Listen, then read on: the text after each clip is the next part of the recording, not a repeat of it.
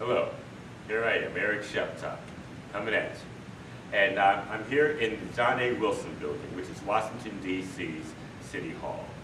I recently came to a hearing about the D.C. General Family Shelter Plan. So Mayor Muriel Bowser wants to replace D.C. General, and all of us here in D.C. want that shelter replaced because it is dilapidated.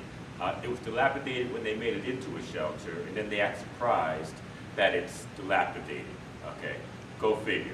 But that said, the mayor is going to spend $300 million plus on 6 of the 8 sites. The city owns the sites for Ward 7 and 8, where they're going to put the replacement family shelters. So why don't you do the same thing for Wards 1 through 6? Why doesn't the city find property that it already owns in those wards and make it into family shelters? Because you'd save an awful lot of money. I mean, after 20 or 30 years of these 6 leases, you're not going to own anything, and you're going to have to renegotiate in order to continue putting shelter in those same locations or find new locations altogether. And that is an onerous and unnecessary process. It's a waste of taxpayer dollars. And I know that there are taxpayers out there who are upset about this. You know, when I went to the hearing, I talked about NIMBYism and how that I thought the mayor might have not disclosed her plan until the last minute because he was afraid of people saying NIMBY, that is not in my backyard. But then again, what I see is that those from the general public who are coming out and speaking about the issue, they're not saying NIMBY. They're not saying that in my backyard, at least not in those terms. What they're saying is, let's look at the letters of intent and how they were issued so late. Let's look at the RFPs, the request for proposals. That they're looking at the cost. And taxpayers are really upset about this thing. I mean, I'm upset for a different reason, because I personally am homeless, and I actually want to see the mayor focus on homeless singles as well as homeless families. And so all the money that's being spent on these extravagant leases is taken away from money that could be spent on other homeless services and on getting other people out of homelessness.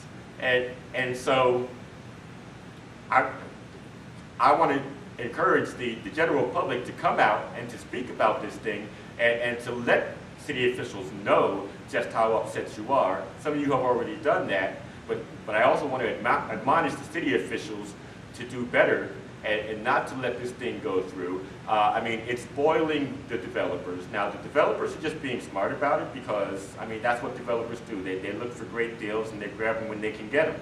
And I know that at least one of the properties, the developer paid $5 million for it, and he stands to make $50 million from the city. Now, granted, not all that money is going to be profit. He's not making a $45 million profit because he does have expenses associated with it. But even so, I think he is still making a relative killing.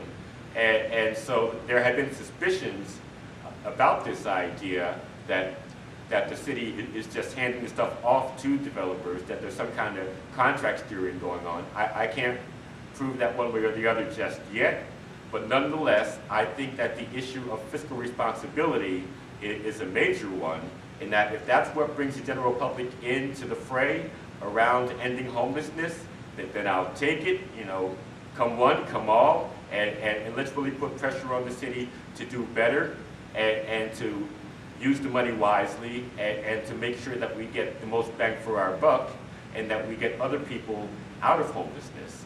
Because the city's always saying they don't have enough money for this and enough money for that. Well, we'll find the money for you. We'll find the sites for you, the alternative sites, and we're going to hold your feet to the fire on this.